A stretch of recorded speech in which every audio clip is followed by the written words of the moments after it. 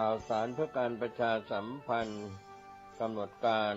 ฟังเทศรายการรถด่วนขบวนพิเศษในฤดูกาลเข้าพรรษาประจำปีพุทธศักราช 2567 ดำเนินงานโดยคณะสงฆ์จังหวัดเชียงใหม่สภานักธรรมจังหวัดเชียงใหม่พุทธสมาคมจังหวัดเชียงใหม่ยุวพุทธิกสมาคมจังหวัดเชียงใหม่สภาวัฒนธรรมอำเภอเมืองเชียงใหม่มูลนิธิพุทธสมาคมชมรมอนุรักษ์วัฒนธรรมประเพณีท้องถิ่นเชียงใหม่ชมรมลูกเสือชาวบ้านจังหวัดเชียงใหม่ทสปช.อำเภอเมืองเชียงใหม่จัดกิจกรรมประจำปีดำเนินงานโดยคณะกรรมการบริหารงานกลุ่มหนุ่มสาวจังหวัดเชียงใหม่รถด่วนขบวนที่ 13 พฤหัสบดีที่ 17 ตุลาคมเคลื่อนไปยังพุทธสถานเชียงใหม่ตำบลช้างคานอำเภอเมืองเชียงใหม่จังหวัดเชียงใหม่ 20 นาฬิกามีพิธีวันมอบโล่ก็เป็นกิจกรรมในรายการฟังเทศรถด่วนขบวนพิเศษประจำปี 2567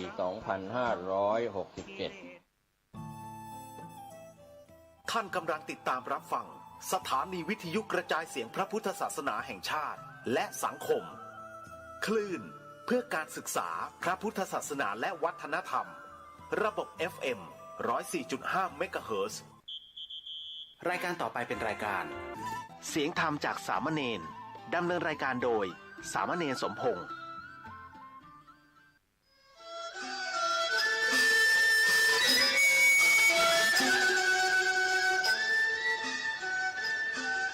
ทั้งโลกนี้มีธรรม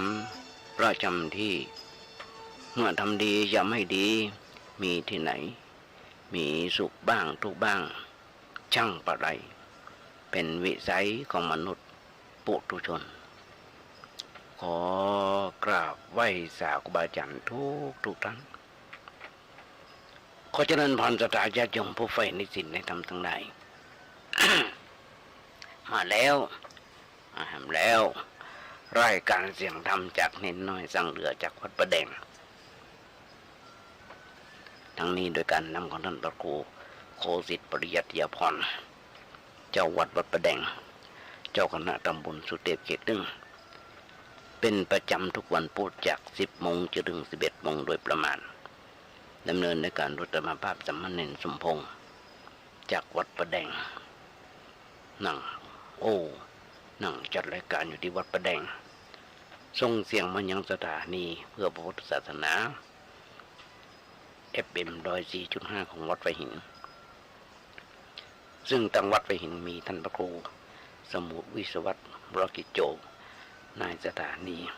และเจ้าอธิการ เมตตาอาตมาภาพได้มีโอกาสฝึกมีโอกาสหัดในการน้อมนำเอาธรรมคำสอนของพระสัมมาสัมพุทธเจ้ามามาจารย์ญาติโยมฟังเป็นประจำเป็นมาหลายปีดีดักมีข้อแม้ถ้าตั้งสถานีบ่มีเหตุการณ์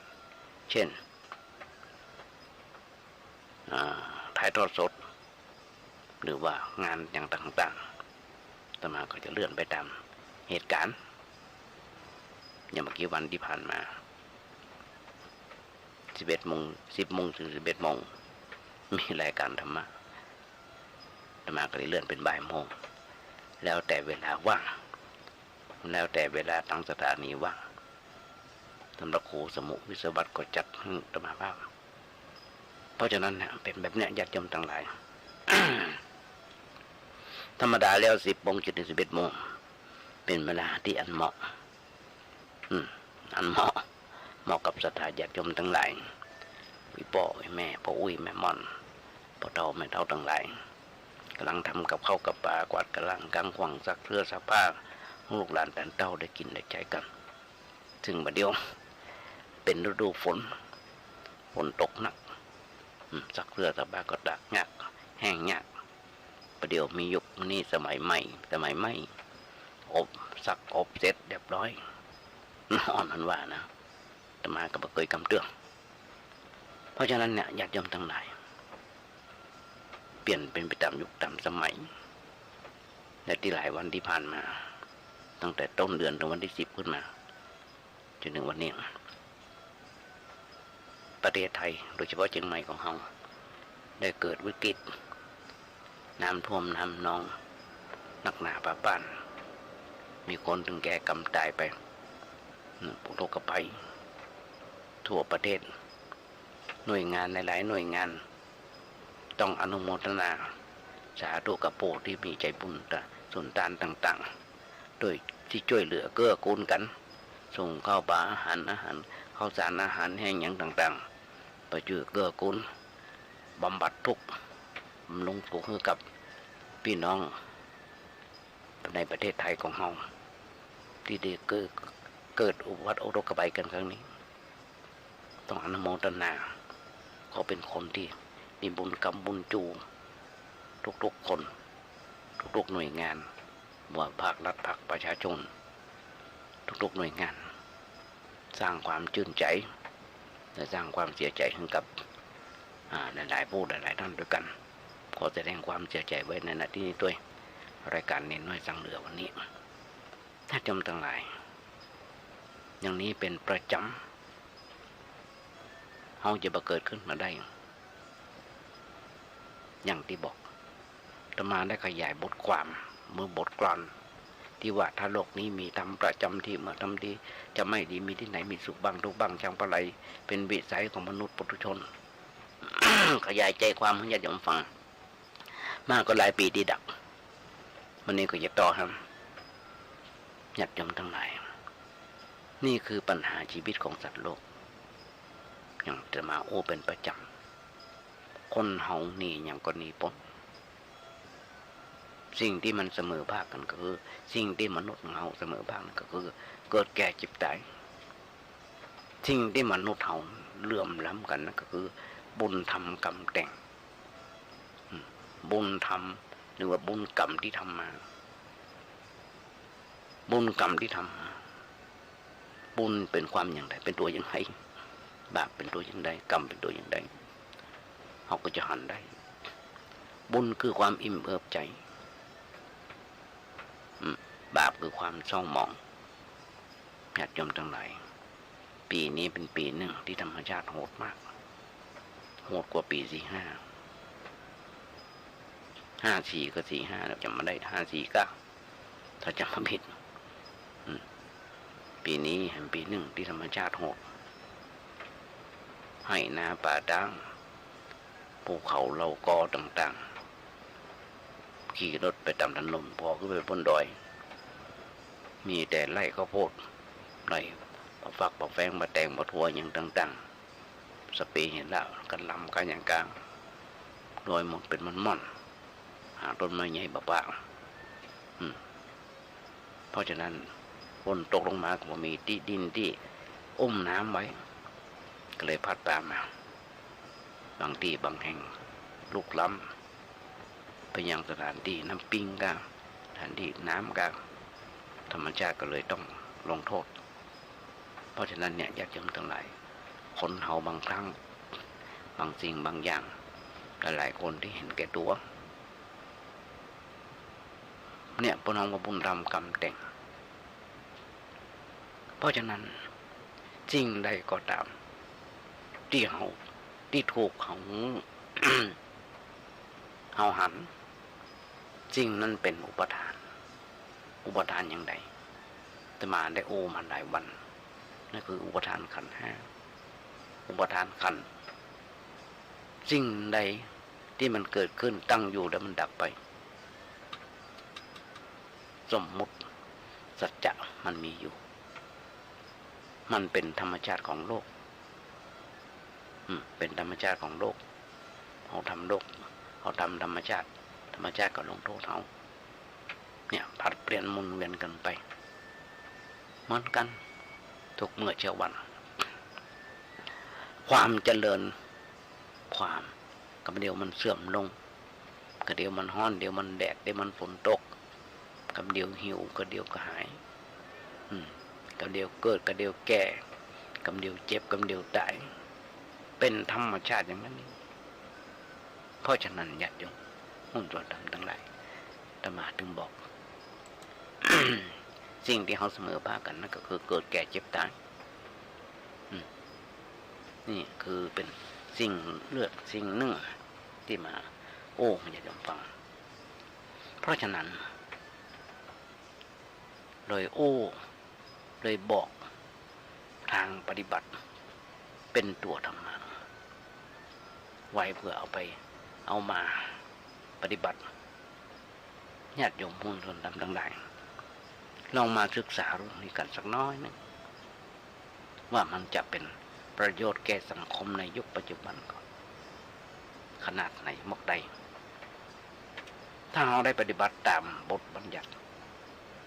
หลวงปู่หลวงพ่อท่านบอก7 ประการที่ทำให้คนเราเป็นแม้กระทั่งพระอินทร์ได้ที่ทำให้คนเป็นพระอินทร์เนี่ยจะดีหรือบดีจะดีหรือไม่ถ้าเอามาศึกษาพิจารณาแล้วก็จะหันว่าเป็นประโยชน์แก่ตัวเฮาแทนมาบอกแก่สังคมหนักหนาป่าปานเนี่ยถ้าพอสังคมในยุคปัจจุบันมีจำนวนไม่ใช่น้อยที่ขาดคุณธรรมเหล่านี้อย่างเพิ่นกำลังแก้กฎหมายกันในเรื่องของคุณธรรมและจริยธรรมศาลรัฐธรรมนูญตัดสินนายกเชษฐาปลดหมดออกจากกันเป็นนายกพอแต่งตั้งคนมามีความดีขาดศีลขาดธรรมก็เลยเป็นคนขาดศีลขาดธรรมไปด้วยเนี่ยอยากจะทำไหนเพราะฉะนั้นยังมีหำนักหนาป้าป้านที่ขาดคุณธรรมเหล่านี้ไม่ว่าจะเป็นพระสงฆ์องค์เจ้าทุกหมู่ทุกกองเป็นเหตุที่เกิดความวุ่นวายส่วนตัวความวุ่นวายในครอบครัวในวงงานตลอดจนถึงวุ่นวายในสังคมโลกก็เกิดจากกรรมว่าเอาสิ่งเหล่านี้มาใช้เป็นแนวทางแนวปฏิบัติในชีวิตประจำวันมันเลยเกิดปัญหายุ่งยากหลายสิ่งหลายอย่างแต่ถ้าสมมุติว่าเขาชวนกันใช้หลักธรรมเหล่านี้เป็นแนวปฏิบัติอันยังก็จะบ่วุ่นวายญาติโยมทั้งหลาย เท่าที่ผ่านมาอาตมาได้หูได้หันว่าได้หูได้หันพาผู้ใหญ่พาเถระผู้ใหญ่ได้ผิดได้เถียงกันไม่ได้ผิดเถียงกันโดยที่ไม่ได้สนใจหลายๆสิ่งหลายๆอย่างเช่นมาสนใจหลักธรรมมาสนใจมาสนใจพุทธวจนะพุทธพจน์บางคนถ้าหากว่าคนเฮาหรือว่าพุทธศาสนาพระสงฆ์ของเจ้ามาชอบหรือว่ามาเชื่อในอรรถกถาแต่ไปเชื่อกำแปลอรรถกถาญาติโยมลองคิดก่อนนะไทยต้องแปลเป็นไทยป้นห้องว่าเป็นกำอู้แบบเล่นสีสนใจอู้มันกันญาติโยมทั้งหลายฝรั่งมังค่าต่างชาติต่างภาษาที่แปลเอาพระไตรปิฎกเปิ้นอาจจะแปลผิดหรือว่าแปลเกินไปแปลถูกเปิ้นก็เชื่อของเปิ้นอย่างนั้นเปิ้นก็เชื่อของเปิ้นอย่างนั้นแต่ถ้าเอาแปลเป็นภาษาไทยสังคายนาแล้วเราต้องเชื่อตามนั้นได้ฟังหลวงพ่อปฐมปิฎกเปิ้นได้อู้หลวงพ่อเปิ้นได้อู้เจ้านาคึดแต่มาหันในผ้าในบ้านในเมืองของเฮาพระผู้ใหญ่ระดับมหาระดับด็อกเตอร์ทางพระผู้น้อยอายุยังถึง30-40เรื่องกล้าหาญชันชัยกล้าเถียงพระผู้รู้บางคนเป็นถึงปรริญญากล้าเถียงกล้าโอ้เฮาได้ความรู้อย่างที่เฮาฟัง เหมือนกันญาติโยมทั้งหลาย คนโบราณเพิ่งบอกอันไหนดีเอาไปใจอันไหนบดีไม่ต้องไปใจขว้างอย่างเหมือนกันแต่มาอู้ตึงวันเท่าที่ผ่านมาหลายปีที่ดังอันใดที่มันถูกกับจิตจริยาของเราก็ไปใจอันใดบรรลุกับจิตจริยาของเราก็กำขว้างเอามาคืนเน้นน้อยวัดประแดงนี่ก็ได้นี่เหตุผลแห่งอย่างญาติโยมทั้งหลายเพราะฉะนั้นสังคมเมืองไทยเราเนี่ยเป็นเมืองพุทธศาสนาเนี่ยเฮาพอจะอู้วัดเป็นได้หมดได้ว่ามีความมั่นคงคือมั่นคงในการจัดระเบียบในการเป็นการอยู่กันเรียบร้อยกว่าประเทศอื่นๆที่นับถือพุทธศาสนาญาติโยมทั้งหลายที่นับถือศาสนาด้วยกันมีหลายชาติหลายประเทศแต่ของเฮาเรียบร้อยกว่ามันจะเรียบร้อยไปกว่านั้นถ้าเฮาตื่นทำนะเมื่อกี้วันที่ผ่านมาจะมาพอใน Facebook มีโรงเรียนสอนพระปฏิยัติหรือว่าสอนพระเนนที่ไปเรียนในแบบทางโลกม.2 ม.3เนี่ยสอนพระเนนแต่ได้เอาฝรั่งมังค่ามาสอนภาษาด้วยมาสอนภาษาอย่างเดียวบ่พอเด้อยังแอบแฝงไปด้วยสอนศาสนาของเพิ่นแอบแฝงมาด้วยโดยมีคนไทยของเขาแปลเสร็จญาติโยมทั้งหลายเหมือนกันอย่างที่จะมาอู้ตะเกียงอันใดมันดีอันใดมันบ่ดีอันใดมันดีอันใดมันบ่ดีเอาหูเอาหันเอาหูเอาหันบอกขว้างของเปิ้นบ่จริงชังของเปิ้นบางตัวเป็นกลางเปิ้นสอนเฮามีไหวพระเจ้ากันอย่างกาต่างๆแต่เฮายังบ่ตื่นทำเด้อเน้นยังเป็นเน้นน้อยอยู่เพราะฉะนั้นญาติโยมทั้งหลายสังคมไทยของเฮานี่คือต้องกับช่วยกันดูแลฝากไว้กับสถานญาติโยมหุ้นส่วนธรรมทั้งหลายด้วยเพราะฉะนั้นอย่างที่อาตมาอู้ห้องเฮานั้นมันพุทธศาสนาของเฮานั้นกล้าอู้ได้ว่ามันเรียบร้อยกว่าประเทศอื่นๆที่นับถือพุทธศาสนาหลายประเทศหรอกญาติโยมเพราะว่าประเท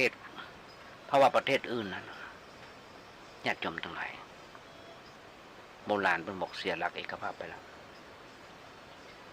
มันมีความเป็นอิสระในชาติในศาสนาก็เลยอับเฉาไปด้วยมองมาด้วยพอดผู้ที่เข้ามาปกครองบ่ได้เอาใจใส่บำรุงส่งเสริมศาสนาแต่ของเฮานั้นมาส่งเสริมมาโดยพระบรมสารีวงศ์ทุกๆราชการ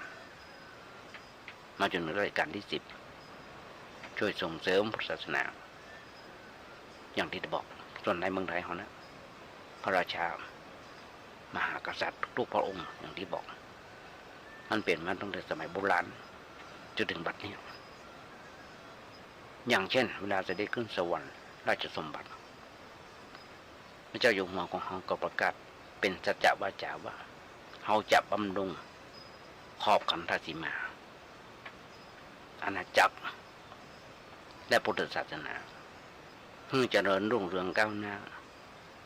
อันนี้เป็นหน้าที่ขององค์พระมหากษัตริย์เปิ้นถึงบอกชาติศาสนาพระมหากษัตริย์มันก็ญาติโยมทั้งหลายเพราะฉะนั้นการบำรุงศาสนาของพระมหากษัตริย์นั้นไม่ใช่บำรุงแต่เพียงด้านวัตถุแต่ว่าได้บำรุงในด้านการปฏิบัติธรรมะเลยคือองค์พระมหากษัตริย์ได้ทรงปฏิบัติธรรมะเป็นตัวอย่างแก่ประชาราษฎรพระมหากษัตริย์อยู่ในทศพิธราชธรรมคือทำสำหรับพระราชา10 ประการ ญาติโยมทั้งหลายซึ่งเป็นคุณธรรมที่เป็นประโยชน์แก่พระองค์และแก่ประเทศชาติประเทศชาติการปฏิบัติธรรมเหล่านั้นเปิ้นฮ้องว่าบำรุงพระพุทธศาสนาอย่างแท้จริงญาติโยมทั้งหลายพระองค์เป็นตัวอย่างในการปฏิบัติธรรมะกับประชาชนก็จะป่าว่าพระองค์เป็นผู้แทนของพระธรรมเลยทีเดียว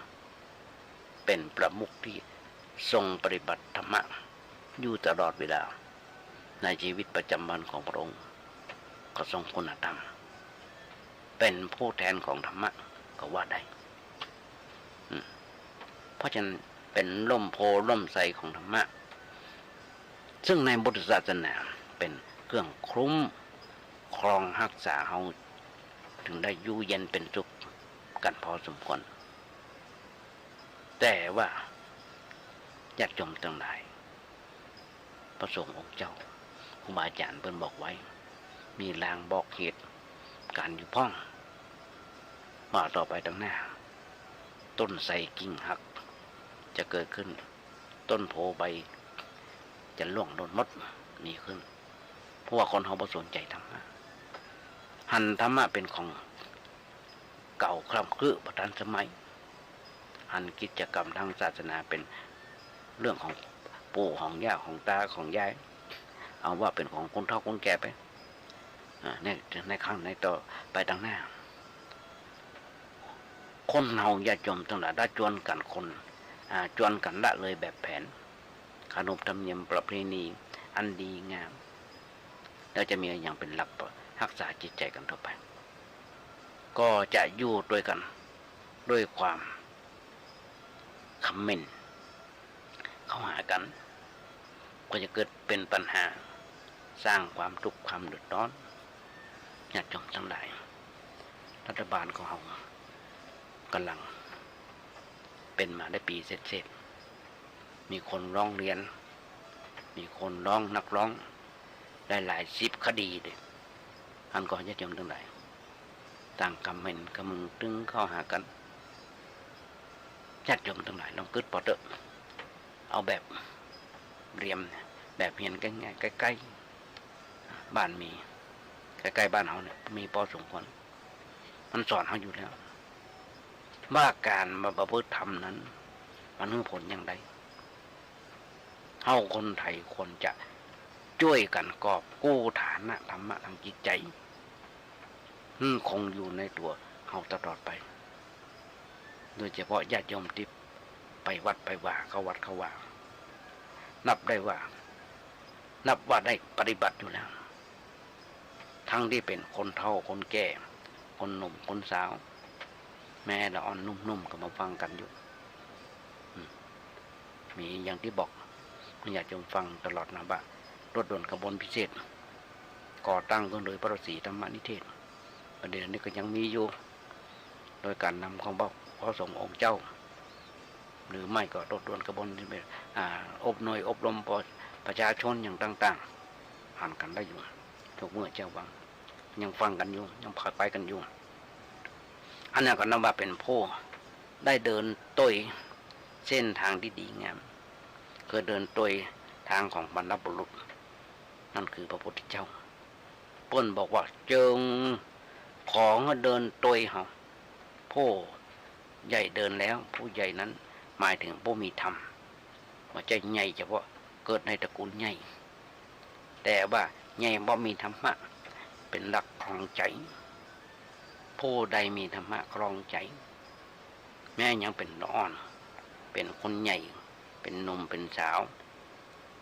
ก็ยิ่งเป็นคนแก่ก็จะเต็มไปด้วย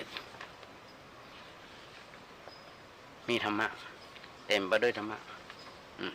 ปนห้องว่าหน้าพอหน้าเคารพหน้ากราบไว้หน้าบูชาสักการะ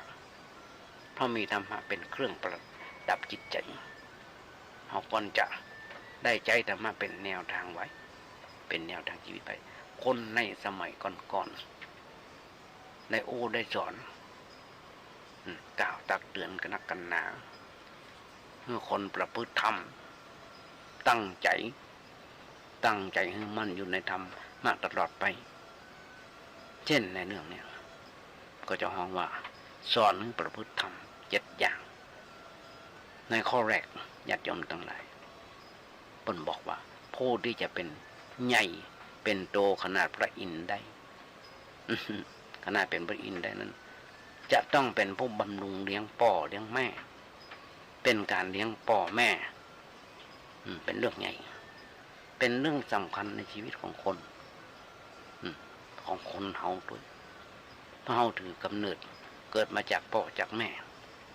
พ่อแม่เป็นผู้กำเนิดเป็นผู้เลี้ยงเป็นผู้บำรุงรักษาคือการศึกษาเราเรียนชี้แนะแนวทางผิดถูกของเฮาเข้าใจเฮาได้ปฏิบัติให้ดังที่ถูกที่ชอบอยู่ตลอดเวลาเพราะฉะนั้นถือว่าเป็นเจ้าบุญนายคุณเป็นเจ้าบุญนายคุณเป็นผู้อยู่เบื้องหน้าเฮาญาติโยมทั้งหลายในทางพุทธศาสนาจัดทิศไว้6 ทิศด้วยกันที่เฮาสวดกันปาชิมลักขเนอคเนลักขสำเร็จบุรพารัตมิงบัตรกุเนนั่นเดี๋ยวมันยังสวดกันสมานเรื่องไปละลานเบามันสวดถึงเกือบจะถึงกุดวันมันเป็น6 ทิศด้วยกันเปิ้นเฮาว่าทิศเบื้องหน้าทิศเบื้องหลังเบื้องขวาเบื้องซ้ายตั้งบนตั้งนุ่มทิศตั้งหน้าคือพ่อแม่เอาแม่เป็นเอาพ่อแม่ไว้ตั้งหน้าเพราะเป็นสิ่งที่เฮาจะหันก่อนอันอย่างทั้งหมดมันกับทิศตะวันออกมันเจ้าขึ้นมาก็หันวัดดวงตะวันหันพระอาทิตย์พอหันพระอาทิตย์เป็นของเด่นในอากาศพอลุกเจ้าขึ้นมาพอหันเมื่อมีแสงสว่างแสงสว่างนั้นจะมาจากดวงอาทิตย์เลยเป็นสิ่งที่เฮาหันก่อนในครอบในตอนเช้าชั้นใดเฮาเกิดมามีชีวิตอยู่ในโลกนี้ก็ได้หันคุณพ่อคุณแม่หันแม่ก่อนไปไผ่แล้วเฮาก็หันพ่อโดยมาหันพ่อหันแม่ก็ถือว่าเป็นทิศเบื้องหน้าเป็นทิศที่เฮาจะต้องกราบต้องไหว้ต้องเคารพสักการะบูชาญาติโยมทั้งหลายจะมาบอกญาติโยมทุกครั้งที่มานั่งนั่งจาญาติโยมทั้งหลายว่าจะมากึศอย่างไรก็จะญาติโยมฟังได้ที่มันเป็นธรรมะก็จะญาติโยมฟังกึศอย่างไรก็จะญาติโยมฟังหลายวันที่ผ่านมากำหนังสือเล่มใดมาอ่านถ้าจำได้ก็มาญาติโยมฟังเนี่ยมันจะเป็นแบบนี้ญาติโยมทั้งหลายอันนี้ก็เหมือนกันฟังพระสงฆ์องค์เจ้าเปิ้นได้ในทิศเบื้องหน้าทิศประชิมอย่างต่างๆหรือพ่อธรรมสีธรรมันหลวงพ่อกิติมิธีเปิ้นได้ส่งของเปิ้นคือเป็นประจำ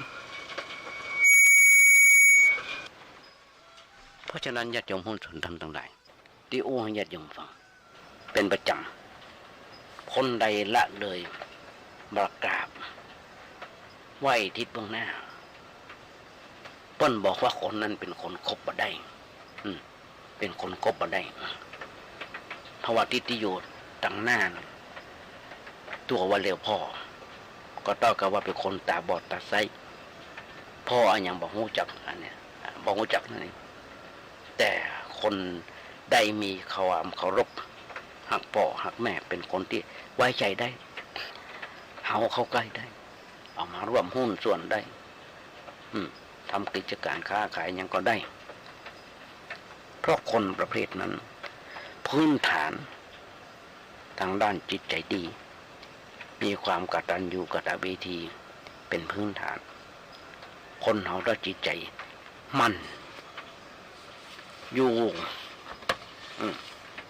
มั่นอยู่ในความกตัญญูกตเวทีต่อพ่อต่อแม่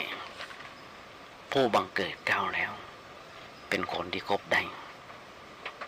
ถ้าขาดคุณธรรมข้อนี้แล้วหันจะบอกไว้เพราะฉะนั้นเปิ้นเลยถือว่าเป็นเรื่องที่สำคัญ ญาติโยมทั้งหลายทุกเมื่อเช้าบันได้เอกละอ่อนลูกหลานตามเต้าบอกว่าจะมีศีลมีธรรมกันเขาจะหันได้ยกปกตีกันยิงกันฆ่ากันตายพ้องกระสุบยาบ้ายามายาอีอย่างต่างๆยาเสพติดอย่างต่างๆเตะป่อตบเหือนตีป่อตบแม่ฆ่าป่อฆ่าแม่เขาหันได้ถึงวันที่เป็นข่าวเขาถึงวันแม่แต่พระสงฆ์องค์เจ้าคนในครอบครัวใหญ่ๆญาติโยมทั้งหลาย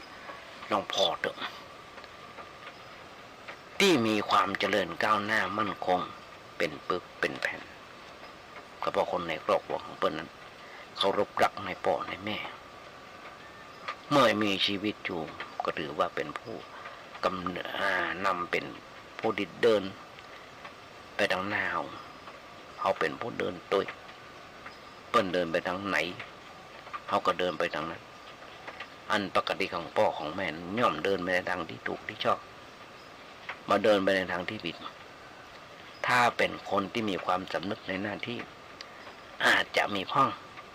ที่เดินผิดทางไปพ่อบอกหูจากหน้าที่หูจากหน้าที่ของตัวเฮาผู้เป็นลูกเป็นเต้าห้องว่าเดินโดยทางของพ่อของแม่พ่อแม่ไปทางใดเขาก็เดินไปก็ได้ว่าปลอดภัยญาติโยมทั้งหลายเขาจะหันได้หลายๆครั้งเจ้าหันได้พ่อแม่นั่งเสพยาอยู่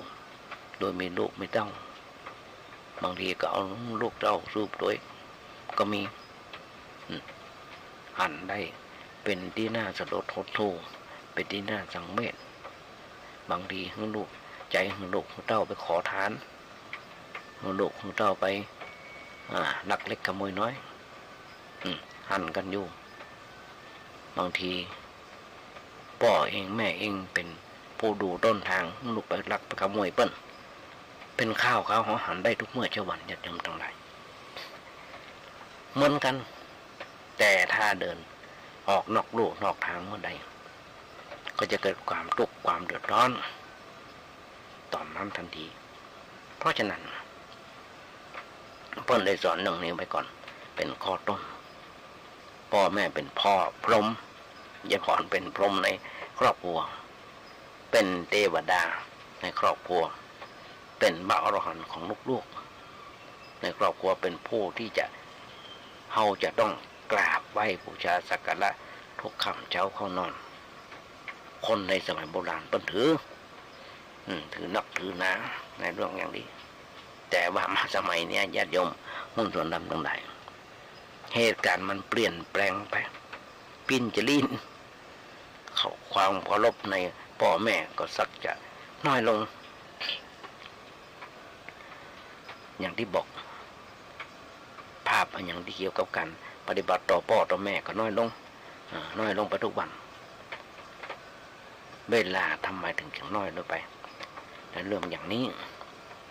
ก็เพราะว่าคนเขาสนใจในวัตถุนักเกินไปจนใจสนใจแต่เรื่องการแสวงหาวัตถุมากเกินไปเลยไปสนใจในสิ่งที่ห้องว่าจริยธรรมการละเลยก็เกิดขึ้นญาติโยมทั้งหลายเขาจะหันได้บางคนสอนลูกเลี้ยงลูกด้วยแท็บเล็ตสอนลูกเลี้ยงลูกด้วยโทรศัพท์มือถือเปิดโทรศัพท์มือถือของลูกพอจะเงียบทันทีน้อยๆนะพอใหญ่ขึ้นมาก็จะกำแล้วจะเล่นแต่เกมแล้วมันค่ำบางทีมาสนใจกันห้ามกันเฮียนไปซ้ำไปหลายคนต้องถูกออกจากโรงเรียนนั่นก็เป็นแบบนั้นจริงๆนะญาติโยมเรื่องดำทั้งหลายเลี้ยงโลกโดยแท็บเล็ตโดยโทรศัพท์มือถือญาติโยมทั้งหลายต้องกระเดื่องใจเปิ้นแต่ละครั้งกว่าเปิ้นจะไปต้องตะคอกเอกใส่ถึงจะไปทางนั้นทางนี้บางทีตืบตีนก็ห้องล่มเช่น ขอพ่อขอแม่ซื้อโทรศัพท์ใหม่ซื้อรถใหม่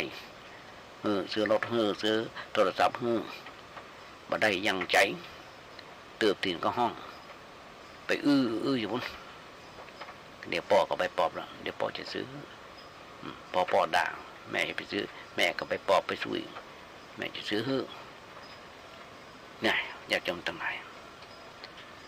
กระทืบว่าห้องจนกระเป๋าไหลออกมาสร้อยคอในห้อยในคอปลดไปขายปลดไปจำนำเพื่อมาซื้อลูก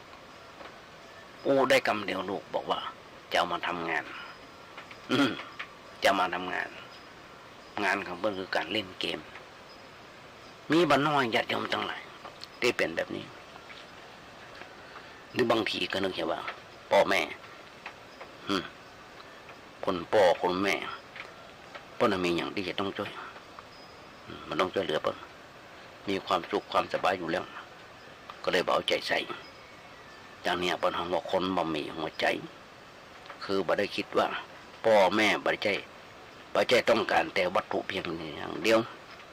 เพิ่นต้องการหันหน้าโลกต้องการหันหน้าโลกทุกๆคนใต้ฐานสาธุสุขดิบให้อย่างต่างๆอย่างว่าพ่อแม่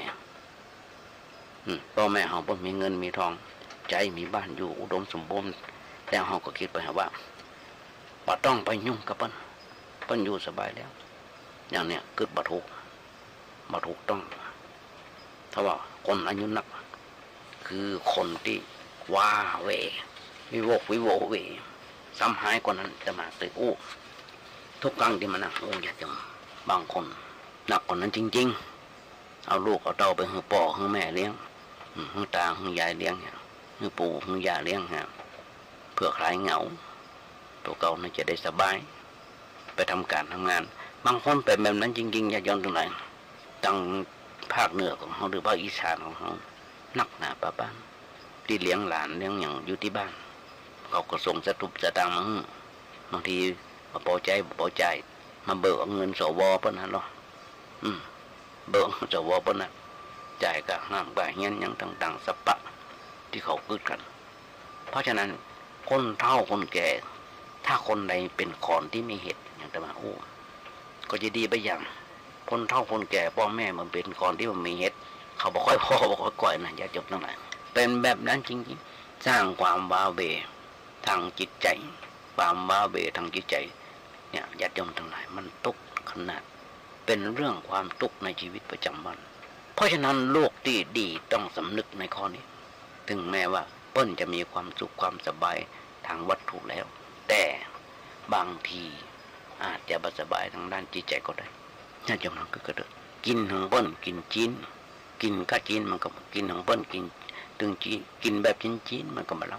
ำกินของโลกกินตึงดูมันก็ลำญาติโยมทั้งก็เกิดน้องโลกเต้าเข้าบ้านเข้าไปบ้านเถอะผักแกงผักอย่างต่างๆมาจำเป็นต้องใส่จีนใส่ผึกอย่างเปิ้นก็ลำการฝีมือของลูกแต่ถ้าเปิ้นบ้านใกล้เรียนเครื่องเฮามาส่งเป็นชิ้นลาบมันก็บ่ลำเพราะอย่างบ่ลำเพราะวันต่อไปถ้าเฮาทำเฮาต้องส่งให้เปิ้นแต่ลูกเฮาบ่ต้องส่งแล้วเนาะมันต้องส่งแล้วมันต้องสายบ่แล้วว่างั้นเถอะก็มีกระจิตเราต้องมีกระใจของเพื่อนอันเนี้ยมันเป็นธรรมเนียมประเพณีของ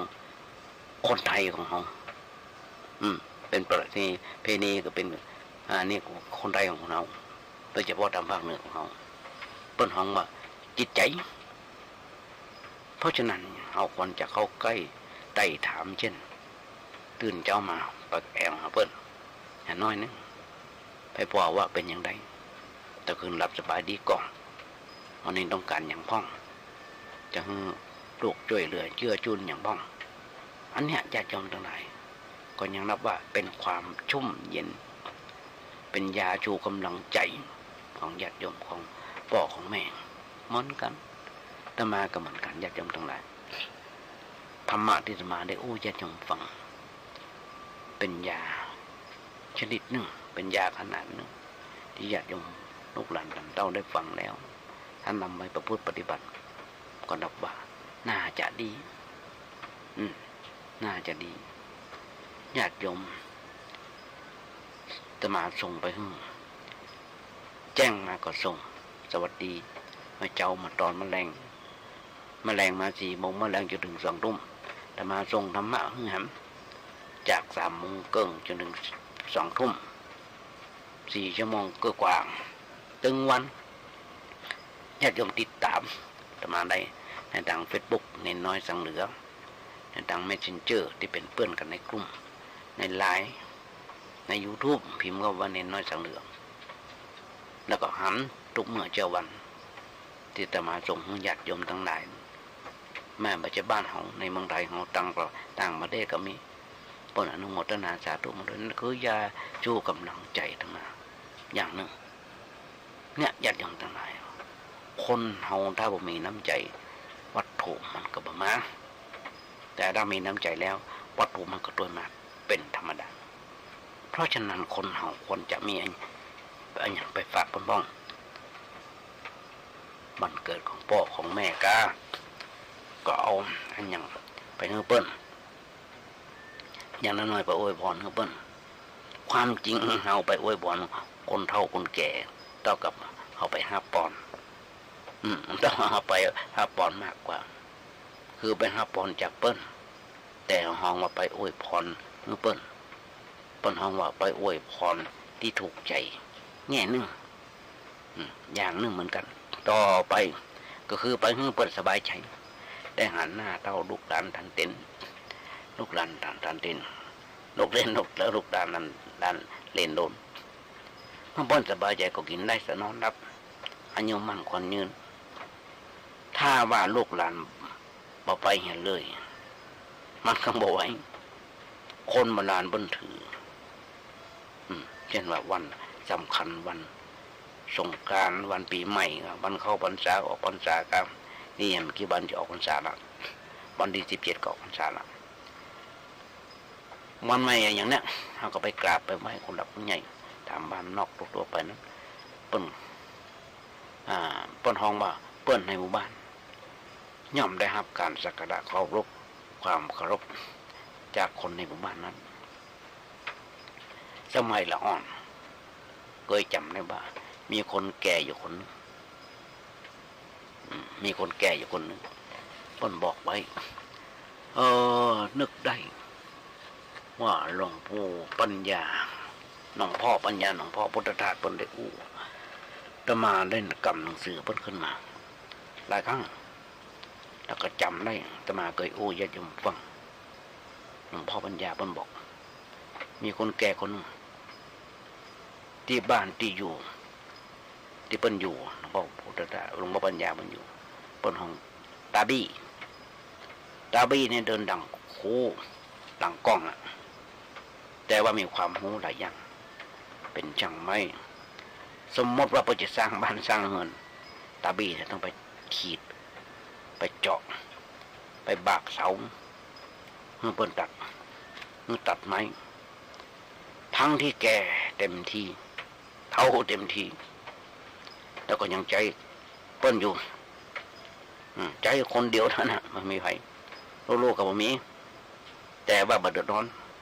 เพราะคนบ้านใกล้เรือนเครื่องเอาใจใส่เปิ้นเอาใจใส่เปิ้นเข้าสารไปเข้าสารก็เอาไปเข้าป่าบ่เข้าป่าไปมีขนมน้ำเนยอย่างก็ไปตะบี้ทุกคนในบ้านเลี้ยงตะบี้คนเดียวบ่ได้แต่หาความสุขความสบายตะบี้นั่นจะดูลูกไผ่ลานไผ่ก็ได้จะด่าลูกไผ่ลานไผ่ก็ได้จะสอนลูกไผ่ลานไผ่ก็ได้จะดิตีกับเปิ้นก็บอกว่าจะห้องถ้าห้องมาดาวตะบี้ตีแล้วพ่อก็เฉยแม่ก็เฉยพ่อเปิ้นไว้ใจว่าตาบี้เนี่ยเป็นคนยุติธรรมบ่รังแกหรอกงอนบ่ตีโดยมีสาเหตุบ่ได้ตีแห้งอันอย่างการมันยมสมัยนั้นหวดก้น2-3 กำญาติโยมทั้งหลายหลวงพ่อปัญญาบอกว่าตัวหลวงพ่อปัญญาเองก็เคยโดนก็โดนเหมือนกันให้มาหาแม่ก็เลย แม่ก็เลยเขียนต่อไปแฮมว่าเป็นคนดื้อญาติโยมทั้งหลายหลวงพ่อเพิ่นบอกตาบีนี่แกเป็นคนยุติธรรมเพิ่นเลี้ยงกันอยู่ในแบบนี้ญาติโยมถ้าหากว่าวันสำคัญเช่นวันทำบุญเดือน10ที่ผ่านมาเนี่ยนะอย่างวัดมงบนมีการเทกระจาดมีชิงเปรตกันนอนบ้านนี้ก็ไปเดือน10ขนมบ้านดาบีนักหนาป้าบ้านผมบอกคนเอามานักหนาป้าบ้านดอนดำรอบบ้านก็ชอบไปบ้านดาบีตอนนั้นพอมีขนมเลี้ยงอย่างมาอันเนี่ยญาติโยมทั้งหลายวัฒนธรรมเป็นประเพณีของการเคารพผู้หลักผู้ใหญ่ในเขตบ้านนั้นเปิ้นเลยอยู่กันด้วยความสุขความสบายคนแก่ด่าไผว่าไผก็ได้เวลาแต่งงานก็ต้องเชิญไปนั่งเป็นประธานมีศพก็ไปทำบุญขึ้นบ้านใหม่ก็ไปบดก็ไปทั้งนั้นญาติโยมทั้งหลายหลวงพ่อพุทธทาสธรรมายังมีเทพเปิ้นหลายๆ10 วันมีหนังสือเปิ้นหลายๆ10 เล่มเพราะฉะนั้นญาติโยมทั้งหลายความฮักความเคารพกันในระหว่างชนเป็นเหตุให้เกิดความสุขความสบายเอาวุ่นวายเดือดร้อนมาพอเอายุคนี้สมัยเนี้ยญาติโยมทั้งหลายหันก็เดือดร้อนบุญวายกันไปทุกทั่วทุกหอละแห่งนี่ความคือบ่วุ่นความวุ่นวายนี่ความเคารพกันความฮักความเคารพกันในระหว่างชนเป็นเหตุให้เกิดความสุขความสงบสุขแต่ถ้าเกิดเกลียดกันขึ้นมาเมื่อใดก็มีความทุกข์ความเดือดร้อนเมื่อนั้นประเดี๋ยวนี้ญาติโยมทั้งหลายคุณธรรมและจริยธรรมเหล่านั้นชักจะเลือนหายไปไม่ค่อยจะปรากฏเหมือนสมัยละอ่อนก็เพราะจิตใจคนเปลี่ยนแปลงไปมีความเห็นแก่ตัวบ้ายศบ้าอำนาจหนักขึ้นความเสียสละก็น้อยไปแม่กับพ่อกับแม่ก็ไม่อยากจะเวลานี้อยากจะเอาไว้กินไว้ใจคนเดียวพ่อแม่ขออย่างป้องก็จ้าใจอย่างป้องก็จ้าแต่งหน้างอคอหักแต่โทษถ้าตัวขอจากพ่อจากแม่ตึงคู่ตึงซุยตึงคู่ตึงซุยเอาจะทำได้อย่างที่บอกตื้อตีนก็ห้องล่มน้องปิดตูบังก็เดียวขนาดท้องในคอยังปดออกมาน้องก็เกิดเอาไปข้างใดต่ออ่านต่ออีนี่ใส่คูมันมาตั้งแต่น้อยเป็นโมเป็นหนุ่มใบรุ่นเป็นหนุ่มใบรุ่นวัยทีนเอจโบราณบนห้องยังคูไปเลยใหญ่หน้ากาบาลเป็นคนใหญ่ก็ยังคูต่อเช่นมาคูรัฐบาลเป็นต้นอ่านกันอยู่มาคูรัฐบาลจะเอานั้นจะเอานี้เมื่อกี้วันที่ผ่านมา3 นิ้วจะเข้าไปประชุมจะไปอย่างกันในมหาลัยเปิดมือเขาเนี่ยมือเขาจะเอานั้นจะเอานี้ถ้าบ่ได้แล้วจะลาออกจากประชาชนปองหูจะไปเป็นลิงเป็นข้างที่ไหนเป็นอย่างเงี้ยมนุษย์เขามันอุตริบ่เขาเรื่องลาออกอย่างไรจะไปอยู่ที่ไหนหรอลาแล้วเนี่ยพวกเขามาเป็นการขู่เข็นมันเป็นนิสัยมันตั้งแต่ตัวน้อยๆบอกคนรกผู้ใจคือพ่อแม่ลาไผ่มานั่งปกครองเขาก็บอกเขารบเย็นจะเอาอย่างอันจะเอาอย่างอี้จะเอาตามใจชอบมันก็วุ่นวายเดือดร้อนคนโบราณบนมาคบเด็กสร้างบ้านคบคนหัวล้านสร้างเมืองบนว่าไว้ครับบอกว่ามันยุ่งอย่างใดเรื่องอย่างเนี้ยเป็นเรื่องสำคัญที่เราควรจะได้เพราะเกิดขึ้นในสังคมอย่างน้อยๆคือเคารพพ่อแม่เลี้ยงดูพ่อแม่ถ้าบ่เลี้ยงกายก็เลี้ยงใจถ้าบ่เลี้ยงใจสำคัญที่กายอย่างเนี้ยแล้วก็อยู่ด้วยกันด้วยความสุขความสบายแถมอย่างนึงญาติโยมทั้งหลายเพิ่นสอนว่าเคารพคนใหญ่ในตระกูล พ่อแม่ที่เปิ้นบ่ได้อยู่กับเฮาตลอดไปวันหนึ่งเปิ้นจะต้องจากเข้าไปตายไปจากโลกนี้ธรรมะก็ถึงบอกญาติโยมทั้งหลายสิ่งที่คนเราเสมอบ้ากันนั่นก็คือการเกิดแก่เจ็บตายและสิ่งที่มันคนเรารวมล้ำกันนั่นคือบุญทำกรรมแต่งไปทำบุญไม่นับก็ได้บุญนับกินบุญเก่าที่นี้เมื่อพ่อแม่ตายไปแล้วเราต้องอุปโลกไผ่คนใดคนหนึ่งเมื่อเป็นหัวหน้านั่นคือหัวหน้าครอบครัวเป็นหัวหน้าในตระกูลที่เราจะถือเป็นธงเป็นผู้นำแล้วก็รับฟังกรรมสอนกรรมเดียวกรรมเตือนของบุคคลนั้นต่อไปอันคนที่อยู่ในอยู่กันในหมู่เป็นพวกญาติโยมทั้งหลายถ้าปราศจากผู้นำหมู่แล้วจะอยู่กันได้อย่างไรแม้กระทั่งปลาผู้นำฝูงนกก็มีผู้นำฝูงงัวควายก็เป็นผู้นำมีผู้นำฝูงอันอย่างมันก็มีหัวหน้าทั้งนั้นแม้กระทั่งเครื่องบินก็ต้องมีเครื่องบินของผู้นำฝูงแม้แต่หมดน้อยๆก็ยังมีหัวหน้าถ้าเราไปศึกษาพอญาติโยมทั้งหลายก็จะหันว่าหมดมันมีหัวหน้าต้องมองมันเหมือนปนน้องพญามดมันพญาพวกมันเดินเอียงไปทางขวาพวกลูกน้องก็ไปทางขวาถ้าตัวนั้นไปทางซ้ายมันก็ไปทางซ้ายกดไปกดมาตามหัวหน้าโดยหัวหน้ามันไปถ้าตัวนั้นลงหูมันก็ลงหูเป็นแถวเป็นแบบนั้นจริงๆญาติโยมทั้งหลายเขาจะหันได้ที่นี้หันได้ว่ามันก็มีหัวหน้านกก็มีหัวหน้าคนป่าคนยิงที่ว่าเจริญด้วยอริยธรรมก็มีคนเป็นหัวหน้าเขาเคารพบอกบุคคลผู้เป็นหัวหน้าเรื่องหัวหน้าน่ะที่สำคัญญาติโยมทั้งหลายในตัวคนเฮาต้องมีหัวหน้ามือก็ต้องมีหัวแม่มือเท้าก็ต้องมีหัวแม่เท้าระวังแข้งขาก็มีหัวเข่าหัว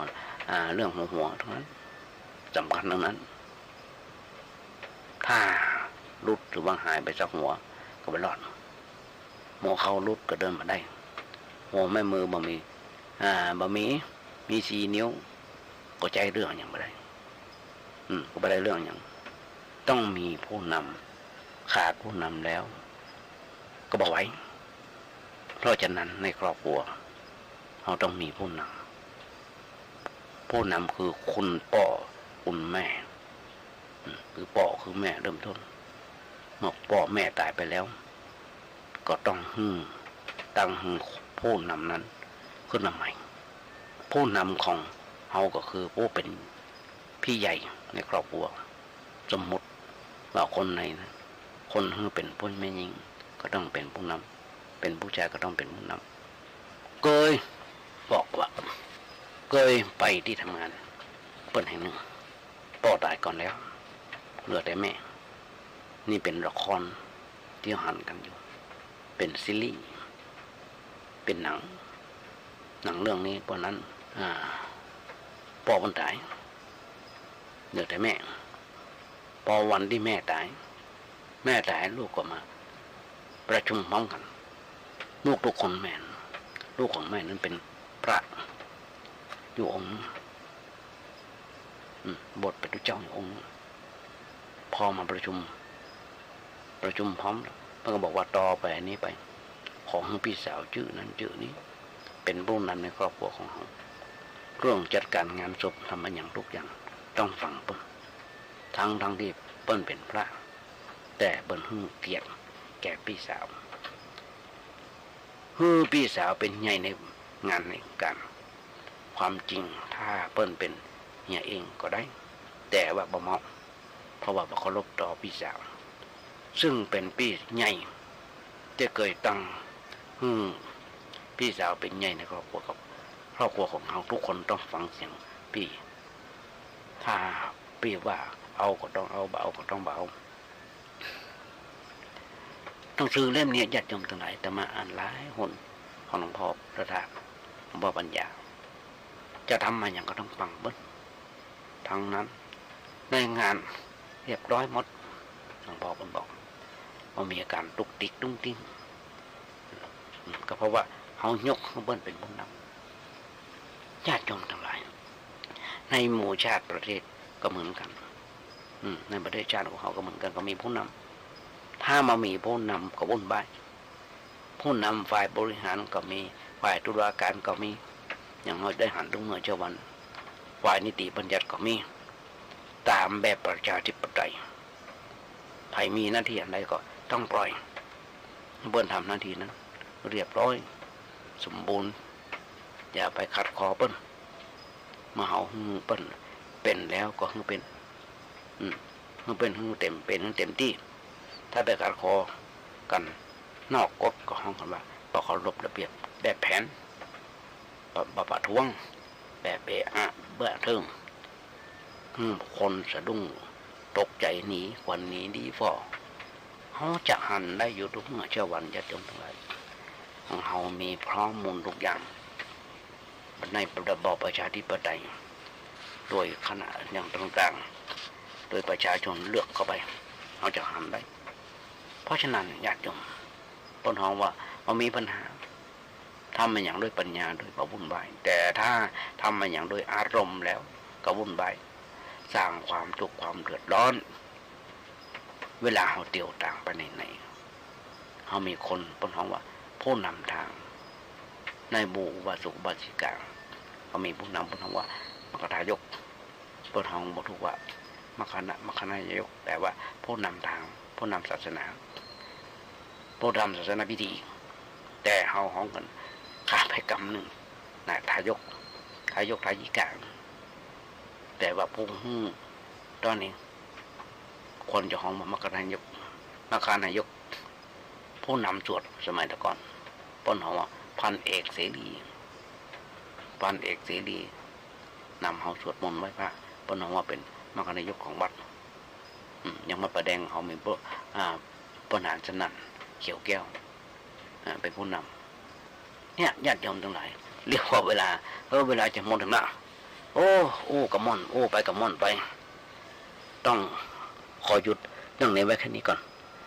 โดยแปลจากบทกลอนว่าถ้าโลกนี้มีธรรมประจำที่เมื่อทำดีจำให้ดีไปที่ไหน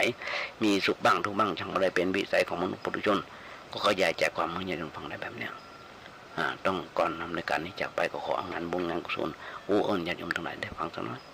ซึ่งทางวัดประแดงเฮาโดยที่มีท่านพระครูศิษย์ปริยัติยพรเจ้าวัดประแดงเจ้าคณะตำบลสุเทพเขต 1มีการก่อร่างห้างแบ่งซ่อนแสนเสนาสนะในอันใดยังสำเร็จรุ่งไปด้วยดี